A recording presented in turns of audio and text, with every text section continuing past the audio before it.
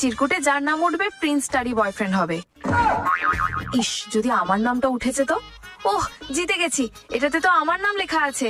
রিয়ার প্রেম তো জিতে গেল। চল ঠিক আছে বোন, এখন আমরা ওকে আর বিরক্ত করব না।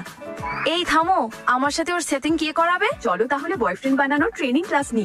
সব জায়গায় প্রিন্সের আগে তোমাকে পৌঁছাতে হবে। একটু স্টাইলিশ জুতো পরতে হবে। প্রিন্সের পিপাসা পেলে তুমি পানি দেবে।